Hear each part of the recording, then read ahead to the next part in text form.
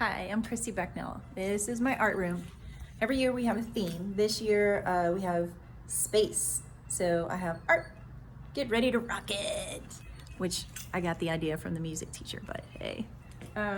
In the halls we have these bulletin boards. That's music's down there. I have them on both sides. I just cover them in black paper, and as the kids make their art, I choose one kid from each class for their art to be displayed, and then I mark down which kid it was, so each kid gets a chance, not just like the same kid gets it all the time. Let's go in my room. On the back of my door, I painted it to go from light to dark so we can talk about value, light value, dark value, and how to tint and shade by adding white and black. We have horizontal and vertical, and I see everybody in a U. Let's see if I can turn around and show you how my room looks. All right, first, there's my Mesa Mesa sink, and the temperas, my Mesa Mesa desk, and these cubbies over here, this is how I keep the kids' work. So each class, you can see, has a day for the schedule.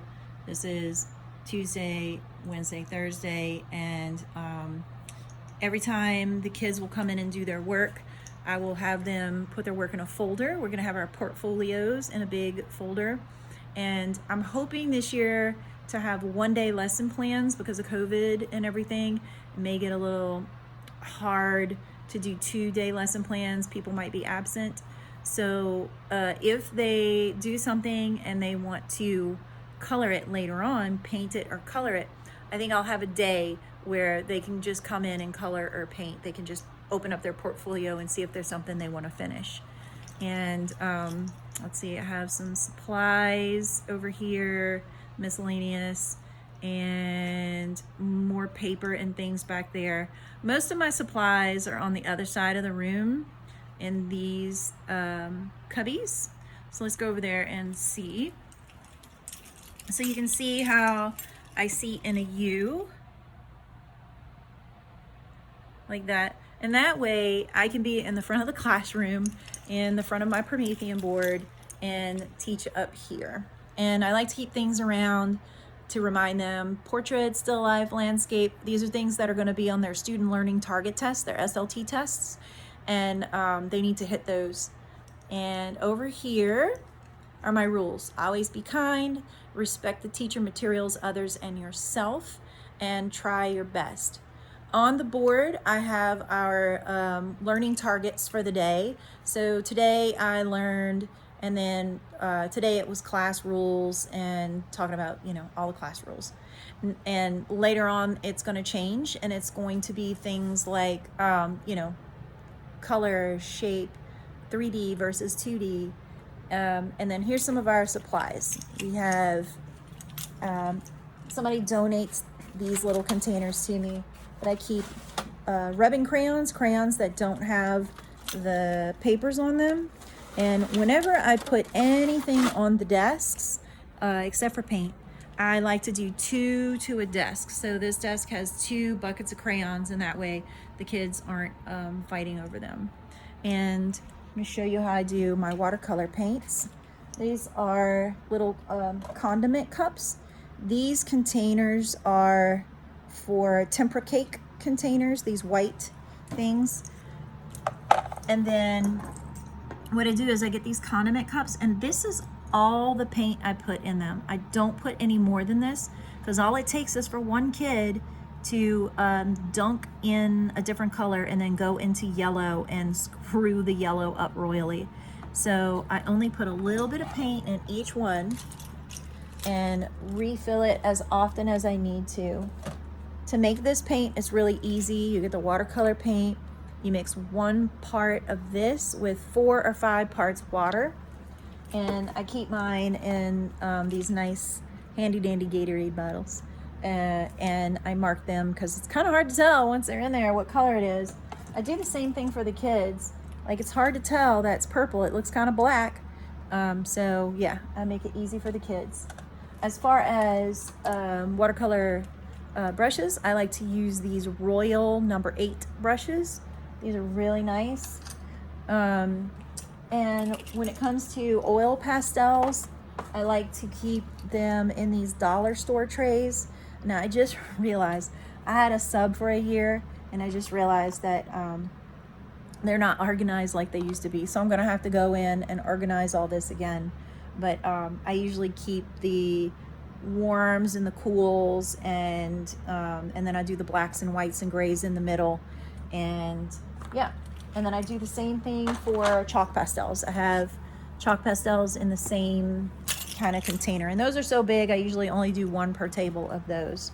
I have these dollar store baskets here. You can put a piece of paper in the bottom of it, put a couple of dots of color, and the kids can mix with marbles. They put marbles, run back and forth, and you can you know, go from primary to secondary colors. I just bought these Dabadots, and I haven't used them yet, but I want to use them with pre-K. I like to keep things on hand for examples of 3D versus 2D. And same thing with the markers. I keep them two to a table so the kids aren't fighting over them. I keep little garbage cans, and these were at the dollar store, these little spiral art things. And temper cakes, I usually use temper cakes, but these were kind of messed up last year when I was out, so I'm probably going to get a new set of those. I have little things like cars. I'm thinking pre-K can run these in paint, and then paint with the wheels of the cars, because we're going to do a lot of process art with pre-K. And I keep mirrors around in case they want to do self-portraits, and little things like this, so we can do, they can draw pictures. They can put these on their desk and draw from life. And I keep all kinds of little janky things around for printing, so they can, you know, put this in paint and then print on their paper. And let's talk about glue. Glue, I love the Glue All glue. It sticks much better than the regular school glue, so I keep this one on hand. I have lots of things for tracing. Not per se, like they're not going to trace like a whole thing, but if you're drawing something like a face and you need eyes, if you tell the kids to draw me an eye, they're probably going to draw this tiny little ant eye, and then they'll draw this tiny little head, and you can't get any details in there. So I like to start them. I put this on their desk. It's just got a couple of caps in it, water bottle caps, and we start with eyes. Sometimes we're going to be doing a bigger piece of paper, and then I've got the handy dandy Starbucks tops for big giant eyes. Once you get them to do one thing, one size, it kind of sets the tone for the rest of the paper, and they can do, you know, their drawings will turn out bigger and more successful when they get to trace like the first thing. And so, oh, and these are great too. These are tops from like orange juice, frozen orange juice. Those are great. Somebody donated some soccer balls to me one year, and so I made these, and they're great. They're rubber. These are the best tracers. They don't make noise. I love that part. And they can't hurt each other with them. And let's see what else we talk about. When I do their student learning target tests, I do, each kid has their own little container with the colors of the rainbow, eraser, and a pencil, so that I can just throw those out on the table and ask them, like, draw me something with the warm colors, draw me something with cool colors. And let's see what else. I think that's about it. I hope this was helpful, and I'll show you the other side of the room.